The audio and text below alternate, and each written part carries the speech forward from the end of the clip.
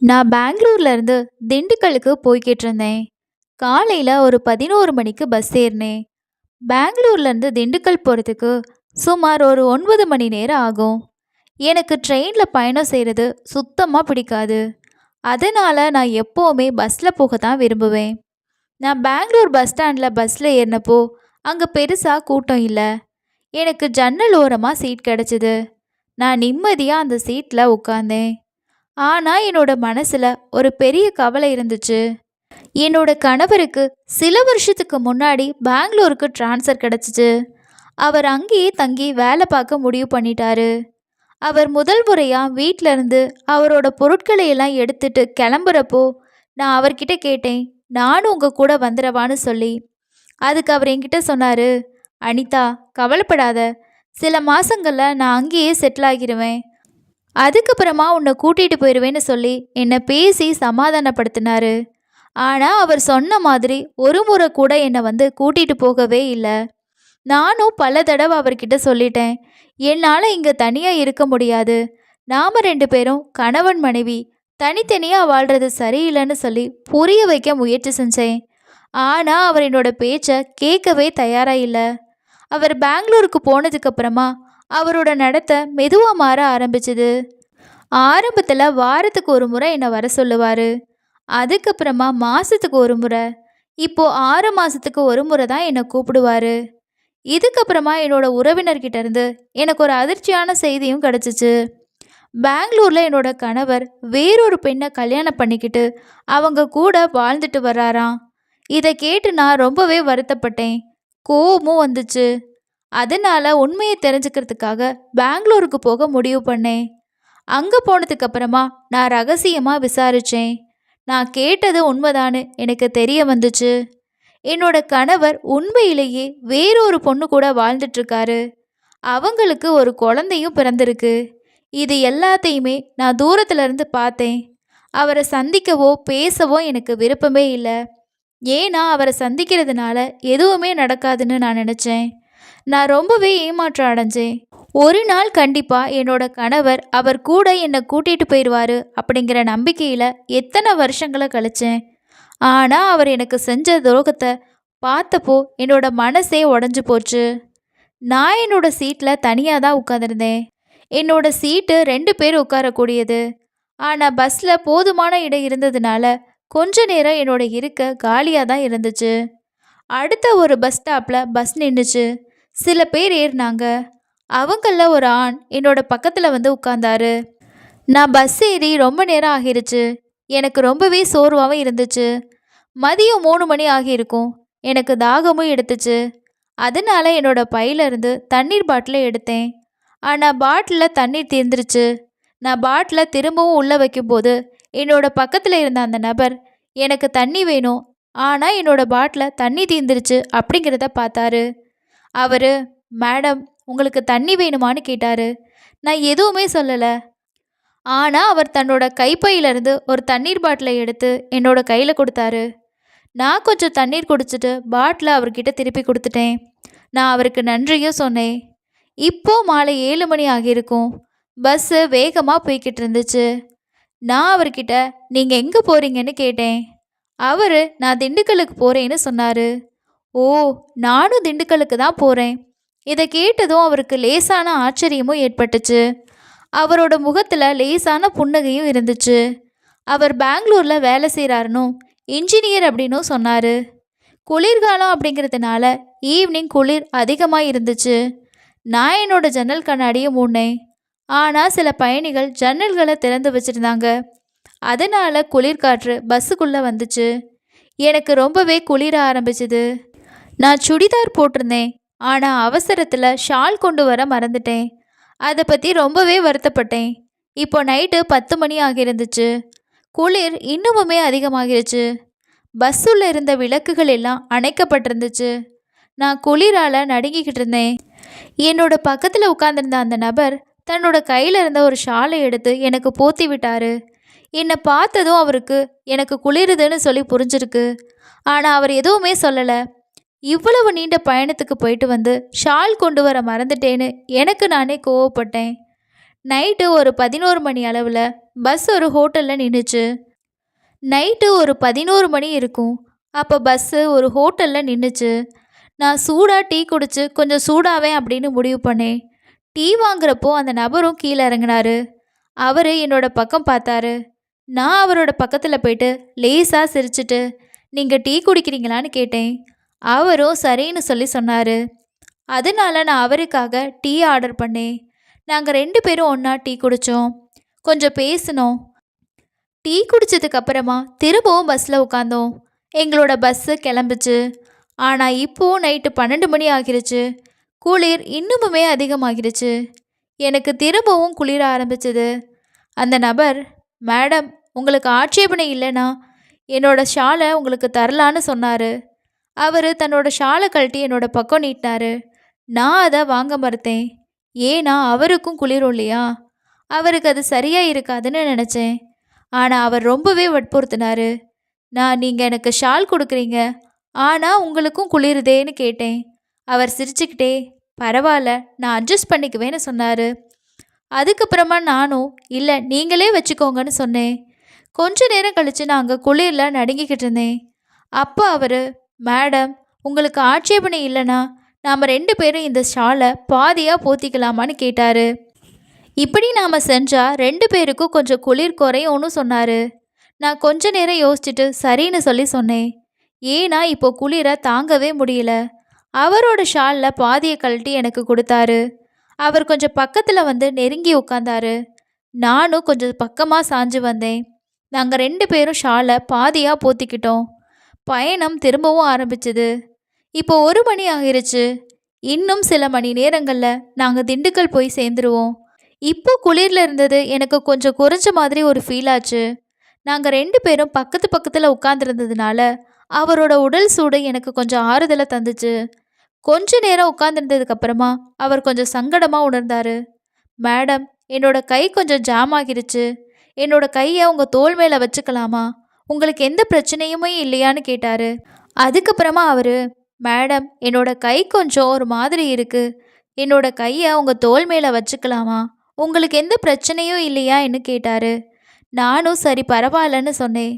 அவர் தன்னோட இடது கையை என்னோட தோள் மேலே வச்சார். இதனால் நாங்கள் இன்னுமுமே நெருக்கமானோம். நான் அவருக்கு நன்றி சொன்னேன். நல்ல வேளை நீங்கள் எனக்கு ஷால் கொடுத்தீங்க, இல்லைன்னா இந்த குளிரில் எனக்கு ரொம்பவே கஷ்டமாக இருந்திருக்கும். அவரும் சிரிச்சுக்கிட்டே, ஒருத்தருக்கு ஒருத்தர் உதவி செய்கிறதுல என்னங்க இருக்குது? எனக்கு எப்போவுமே உதவுறது ரொம்பவே பிடிக்கும். அவரோட சுபாவம் எனக்கு ரொம்பவே பிடிச்சிருந்தது. அதனால அவர்கிட்ட உங்களோட பேர் என்னன்னு கேட்டேன். நான் அவர்கிட்ட உங்களோட பேர் என்னன்னு சொல்லி கேட்டேன். அவரும் என்னோட பேர் குகேஷ் அப்படின்னு சொன்னார். நான் என்னோட பேர் அனிதான்னு சொன்னேன். அவர் சிரிச்சுக்கிட்டே நல்ல பேர்னு சொன்னார். நானும் கொஞ்சம் வெக்கப்பட்டுக்கிட்டு தேங்க்யூன்னு சொல்லி சொன்னேன். நாங்கள் ரொம்பவே நெருக்கமாக உட்கார்ந்துருந்ததுனால சுற்றி இருந்தவங்களுக்கு நாங்கள் கணவன் மனைவி மாதிரி தோணுச்சு. அதுக்கப்புறமா குகேஷ் பேச ஆரம்பித்தார். எனக்கு பஸ்ஸில் பயணம் செய்கிற பழக்கம் இல்லை. நான் எப்போவுமே ட்ரெயினில் தான் போவேன். ஆனால் இன்றைக்கி முதல் முறையாக பஸ்ஸில் பயணம் செஞ்சேன். எனக்கு பஸ்ஸில் பயணம் செய்கிறது ரொம்பவே சலிப்பாக இருக்கும்னு சொன்னார். நான் சிரிச்சுக்கிட்டே, அப்படியா, எனக்கு பஸ்ஸில் பயணம் செய்கிறது தான் ரொம்பவே பிடிக்கும்னு சொன்னேன். அதுக்கப்புறமா அவர் தன்னோட பையிலிருந்து மொபைலை எடுத்து பார்த்தாரு. இப்போ 2 மணி ஆகிருச்சு. இன்னும் கொஞ்ச நேரத்தில் வண்டி திண்டுக்கலுக்கு போகிறோன்னு சொன்னார். அவரோட முகத்தில் லேசான ஒரு சோர்வு இருந்துச்சு. ஆனால் அப்படியும் அமைதியாகவும் மகிழ்ச்சியாகவும் இருந்தார். அவரோட மொபைலில் பாடல் போட்டு ப்ளூடூத் மூலமாக கேட்க ஆரம்பித்தார். கொஞ்ச நேரம் பாடல் கேட்டதுக்கப்புறமா அவர் என்னோட பக்கம் திரும்பி அனிதான்னு கூப்பிட்டாரு. வண்டியோட லேசான சத்தத்தை கேட்டதும் எனக்கு தூக்கம் வந்துச்சு. அவரோட தோள் மேலே தலை வச்சு ஒரு பாதுகாப்பு, ஒரு அமைதியாக உணர்ந்தேன். கொஞ்ச நேரம் கழித்து வண்டி திண்டுக்கல் வந்துருச்சு. அவர் என்னை லேசாக கூப்பிட்டு எழுப்பினார். ஆனால் என் தூக்கம் மிகவும் ஆழமாக இருந்துச்சு. நான் எழும்பவே இல்லை. அதுக்கப்புறமா அவர் மெதுவாக என்னோட முதுகலை தட்டி எழுப்பினார். நான் வேகமாக எழும்பிட்டேன். அவரோட முகத்தில் ஒரு இனிமையான புன்னகை இருந்துச்சு. அவரும், சாரி, திண்டுக்கல் வந்துருச்சு. நீங்கள் ரொம்பவே ஆழ்ந்த தூக்கத்தில் இருந்தீங்க, அதனால எழுப்பலன்னு சொன்னார். உங்களோட ஸ்டாப்பை தவற விட்டுட்டீங்களான்னு கேட்டார். நான் அவரை பார்த்து சிரிச்சுக்கிட்டே, தேங்க்யூ, நல்ல வேளை நீங்கள் என்னை எழுப்புனீங்க, இல்லைன்னா நிஜமாவே எனக்கு பிரச்சனை ஏற்பட்டிருக்கும்னு சொன்னேன். அவர் என்கிட்ட, நீங்கள் எங்கே இறங்கணும்னு கேட்டார். நான் அந்த ஸ்டாப்பில் இறங்கணும்னு சொன்னேன். இதை கேட்டதும் அவர் சற்று அதிர்ச்சி அடைஞ்சார். உண்மையிலேயேன்னு கேட்டார். நான் சிரிச்சுக்கிட்டே, ஆமாம், உண்மையிலேயே நானும் அங்கே தான் இறங்கணும்னு சொன்னேன். இப்போ எனக்கு கொஞ்சம் விசித்திரமாக தான் இருந்துச்சு, எங்களோட பயணம் எவ்வளோ ஒத்துமையாக இருக்குன்னு. சுமார் அதிகாலை 3 மணி அளவில் பஸ் ஸ்டாப்பில் நின்னோம். நாங்கள் 2 பேரும் கீழே இறங்கினோம். எங்கும் ஆழ்ந்த அமைதியாக இருந்துச்சு. ரோட்டில் எந்த வண்டியுமே பார்க்க முடியலை. நான் இங்கேருந்து ஆட்டோ பிடிச்சி வீட்டுக்கு போயிடுவேன்னு முடிவு பண்ணேன். ஆனால் அந்த நேரத்தில் ஆட்டோ கிடைக்கிறது ரொம்பவே கஷ்டம். குகேஷ் இன்னும் என்னோட பக்கத்தில் நின்றுட்டு இருந்தாரு. நான் நீங்கள் எங்கே போகணும்னு கேட்டேன். உங்கள் காலனி எதுன்னு கேட்டார். அவர் இல்லை, என்னோட வீடு இங்கே பக்கத்தில் தான் இருக்குது, ஆட்டோ கிடைக்கிற வரைக்கும் உங்கள் கூட நிற்கிறேன் அப்படின்னு சொன்னார். அவரோட இந்த வார்த்தை எனக்கு ரொம்பவே மரியாதையை கொடுத்துச்சு. நான் அவருக்கு சிரிச்சுக்கிட்டே தேங்க்யூன்னு சொல்லி சொன்னேன். இப்போ மணி சுமார் 3:30 மணி ஆகிருச்சு. அப்போவும் ஆட்டோ கிடைக்கவே இல்லை. வேறு எந்த வாகனமும் இல்லை. இதுக்கப்புறமா அவர், அனிதா, உங்களுக்கு எந்த பிரச்சனையும் இல்லைனா நீங்கள் என்னோடய வீட்டுக்கு வருவீங்களா? என்னோடய வீடு இங்கே பக்கத்தில் தான் இருக்குது. இங்கே ரொம்ப நேரம் நிற்கிறது எனக்கு பாதுகாப்பாக தெரியலன்னு சொன்னார். நானும் கொஞ்ச நேரம் யோசிச்சுட்டு, அவர் கண்ணியமானவராகவும் அவரோட நடத்தை ரொம்பவே நல்லதாகவும் இருந்துச்சு. நான் அவரை நம்பி சரி போகலான்னு முடிவு பண்ணேன். நாங்கள் 2 பேரும் அவங்கவுங்களோட பேகை எடுத்துக்கிட்டு நடக்க ஆரம்பித்தோம். சாலையோட அமைதியில் நாங்கள் 2 பேரும் அதிகம் பேசிக்கவே இல்லை. ஆனால் அவரோட நடக்கிறது ஒரு நிம்மதியே எனக்கு கிடைச்சிது. கொஞ்சம் தூரம் நடந்ததுக்கப்புறமா நாங்கள் ஒரு சாதாரண வீட்டுக்கு முன்னாடி போனோம். அவர் தன்னோட பையிலேருந்து சாவி எடுத்து கதவை திறந்தார். அதுக்கப்புறமா நாங்கள் 2 பேரும் உள்ளே போனோம். அவரோட வீடு ரொம்ப பெருசு இல்லை, ஆனால் 2 ரூம் இருக்க ஒரு சின்ன ஒரு சுத்தமான வீடு. அவர், அனிதா, என்னோட வீட்டுக்கு உங்களை வரவேற்கிறேன்னு சொன்னார். அவர், நான் இங்கே கொஞ்ச நாள் தான் இருப்பேன், என்னோட வேலை பெங்களூரில் தான் அதிகம், அதனால் சில நாட்கள் பெங்களூரில் சில நாட்கள் இங்கே இருப்பேன்னு சொன்னார். நான் உங்கள் வீடு ரொம்பவே நல்லா இருக்குது அப்படின்னு சொன்னேன். அதை கேட்ட அவரும் நன்றி அனிதான்னு சொல்லி சொன்னார். அனிதா, நீங்கள் படுக்கையில் தூங்குங்க, நான் சோஃபாவில் தூங்குறேன்னு சொன்னார். நான் உடனடியா, இல்லை, நீங்கள் உங்கள் படுக்கையில் தூங்குங்க, நான் சோஃபாவில் தூங்குறேன்னு சொன்னேன். அவர் பிடிவாதமாக, அப்படியெல்லாம் இல்லை, நீங்கள் என்னோடய வீட்டுக்கு விருந்தாளின்னு சொன்னார். நான் விட்டு கொடுத்து நீங்கள் படுக்கையில் தூங்கலைன்னா எனக்கு நல்லா இருக்காதுன்னு சொன்னேன். குகேஷ் தன் பேச்சை கேட்குறபடி சொன்னார். நாங்கள் 2 பேரும் அவங்கவுங்க இடத்துல தூங்கினோம். பயண களைப்பு காரணமாக எனக்கு விரைவாக தூக்கம் வந்துச்சு.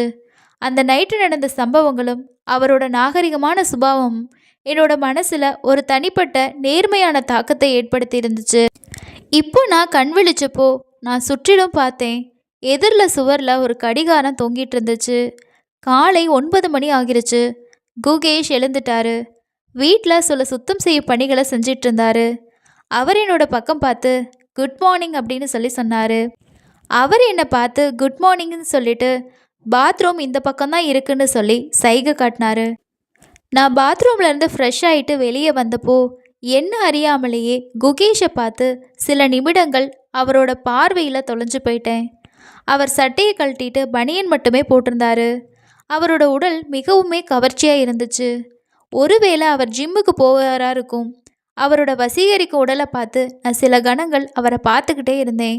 அவர் என்னோட பார்வையை பிடிச்சிக்கிட்டு சிரிச்சுக்கிட்டே, அனிதா, நீங்கள் டீ குடிக்கிறீங்களா இல்லை காஃபி குடிக்கிறீங்களான்னு கேட்டார். நான் டீ குடிப்பேன்னு சொன்னேன். அவர் உடனே ஒரு அற்புதமான டீயை தயாரிச்சார். உண்மையிலேயே அந்த டீ ரொம்பவே நல்லா இருந்துச்சு.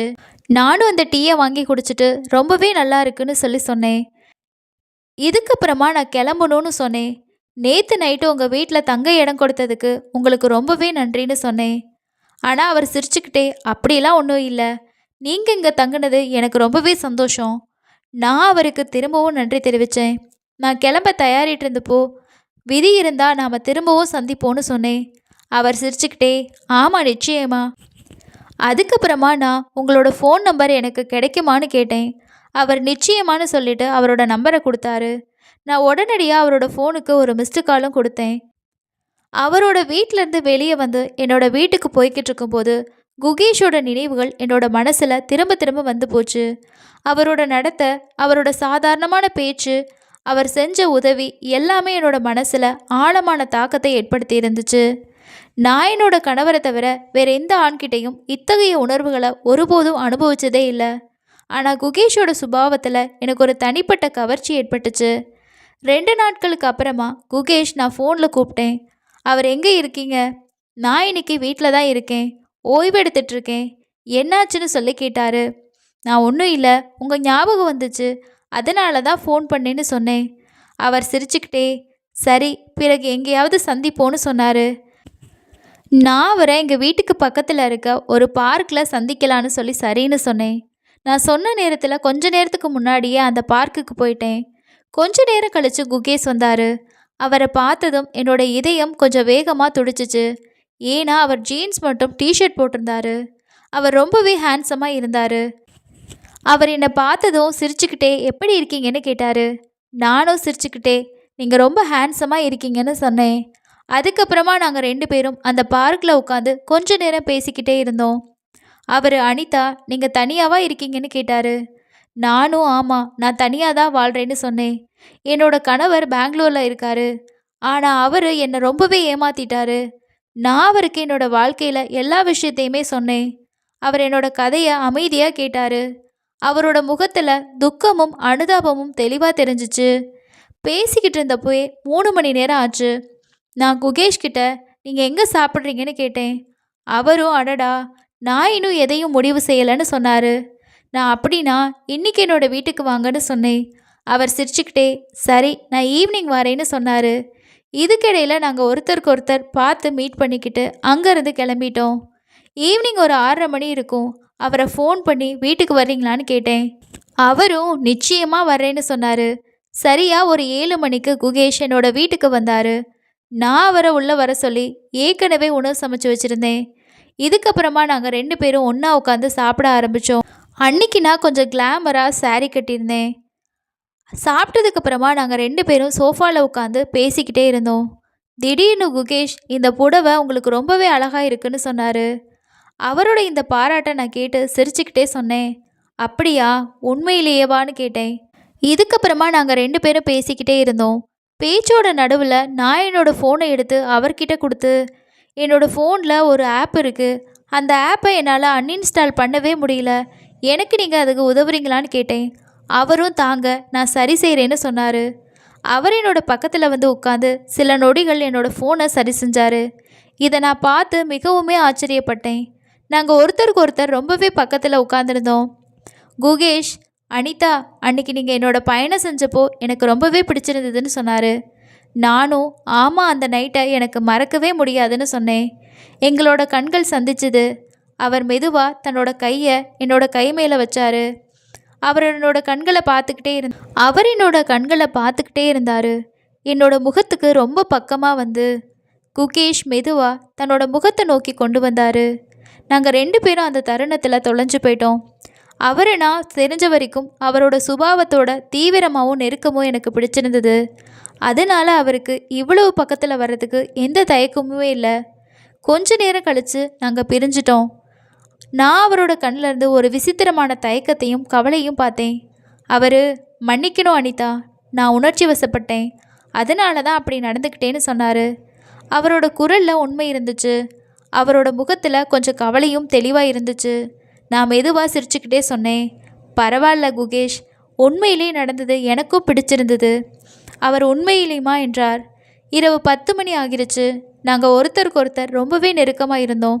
அந்த நைட்டு என்னோடய ரூமில் ஒரு பெரிய புயல் வந்தது மாதிரி இருந்துச்சு. நாங்கள் 2 பேரும் அந்த புயலில் அடிச்சுக்கிட்டு போயிட்ட மாதிரி இருந்துச்சு. நாங்கள் நைட்டு முழுக்க 4 மணி வரைக்கும் கண் முழிச்சிருந்தோம். ஆனால் அதுக்கப்புறமா எப்போ தூங்கினோன்னே தெரியலை.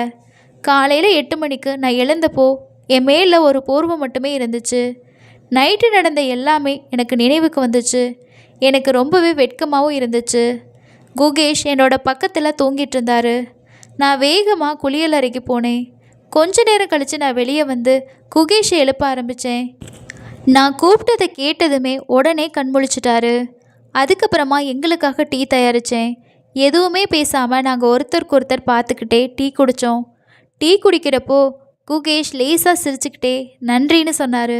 நான் கொஞ்சம் அதிர்ச்சியாகி எதுக்காக இப்போ நன்றியெல்லாம் சொல்கிறீங்கன்னு கேட்டேன். அவர் சிரிச்சுக்கிட்டே அந்த அழகான இரவு பொழுத எனக்கு கொடுத்ததுக்காகன்னு சொன்னார். அவரோட இந்த வார்த்தையை கேட்டு எனக்கு இன்னுமுமே வெட்கம் அதிகமாச்சு. கொஞ்ச நேரம் கழித்து குகேஷ் புறப்பட தயாராக இருந்தார். கிளம்புறதுக்கு முன்னாடி என்னை பார்த்து நீ ஓகேவா அப்படின்னு கேட்டார். நானும் தலையசைச்சிட்டு ஆமான்னு சொன்னேன். ஆனால் அவர் போனதுக்கப்புறமா என்னோட மனசில் பல எண்ணங்கள் தோன்ற ஆரம்பிச்சுது. என்னோட கணவரோட துரோகம் காரணமாக அவர்கிட்ட இருந்து உறவை துண்டிக்க முடிவை நான் எடுத்திருந்தேன். குகேஷோட ஆளுமையும் பாசமும் என்னோட மனசில் அவருக்காக ஒரு தனி இடத்தை ஏற்படுத்தி இருந்துச்சு. அவர் என்னை ஒருபோதும் ஏமாற்ற மாட்டாருன்னு எனக்கு உறுதியாக இருந்துச்சு. 2 நாட்களுக்கு அப்புறமா குகேஷ் கிட்டேருந்து ஃபோன் வந்துச்சு. அவரோட குரலில் சந்தோஷம் இருந்துச்சு. அவர் அனிதா இன்னைக்கு ஈவினிங் வீட்டுக்கு வர்றியா? நாளைக்கு எனக்கு லீவு, நம்ம நிதானமாக பேசலாம், சாப்பிட்லாம், நீ விரும்புனா இரவும் தங்கலான்னு சொன்னார். அவரோட இந்த வார்த்தை என்னை கொஞ்ச நேரம் சிந்திக்க வச்சுது. இந்த யோசனை என்னோட மனசில் கொஞ்சம் தயக்கத்தை ஏற்படுத்துச்சு. ஆனால் என்னோட மனசில் இருக்கிறத சொல்கிறதுக்கு இது ஒரு வாய்ப்பாக இருக்கும்னு நான் முடிவு பண்ணேன்.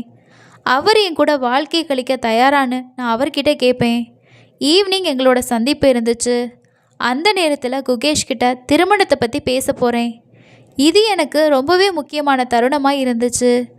ஏன்னா அவரோட பதிலை பொறுத்து தான் என்னோட வாழ்க்கையோட அடுத்த பயணம் அமைய இருந்துச்சு.